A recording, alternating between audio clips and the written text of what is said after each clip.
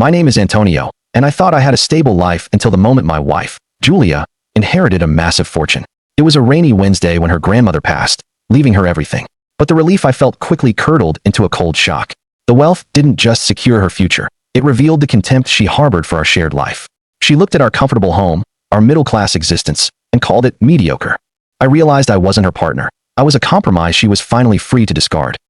The divorce was immediate, signed without a fight. She got the house, the money, and the expectation that I would crumble. But I didn't. Instead, I quietly vanished, cutting all ties, and moving 2,000 kilometers away to start a new life in Minneapolis. I traded the stress of constantly proving my worth for peace, finding joy in simple things, hiking, new friends, and a job that valued me. Julia, meanwhile, celebrated my absence with an extravagant party, utterly convinced I was hiding somewhere, waiting to beg for her return. She even hired a private investigator when I wouldn't call back. She simply couldn't comprehend that I had chosen self-respect over her conditional love. For 5 years, I built a solid, quiet life. I found Elena, a woman who truly appreciated the calm and normalcy I offered. The past was a closed door, but Julia was relentless. I learned, years later, that she had called my disconnected number over 300 times, unable to accept that I was truly gone. Then, the inevitable happened. Her inherited fortune ran out. She had spent money on a frantic, desperate campaign to buy status and belonging, throwing away millions on luxury cars, renovations, and fake friends. When the cash dried up, the facade collapsed. She lost the house, her sophisticated circle abandoned her, and she was forced back into her childhood bedroom, working a minimum-wage retail job.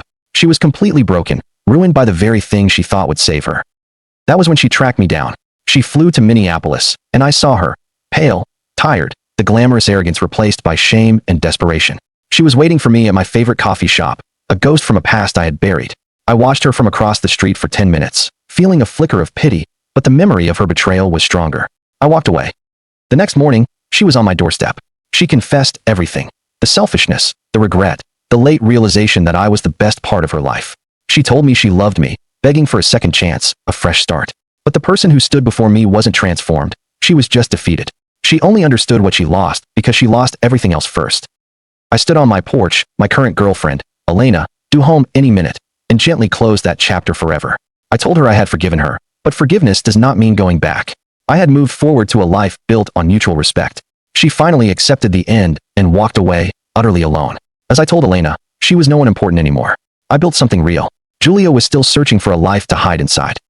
If you were Antonio, and she was genuinely remorseful, would her 5 years of suffering be enough to earn a single conversation? Or does self-preservation demand you keep the door locked forever? Thanks for watching, and don't forget to subscribe to the channel and leave a like. Share your thoughts about this story in the comments.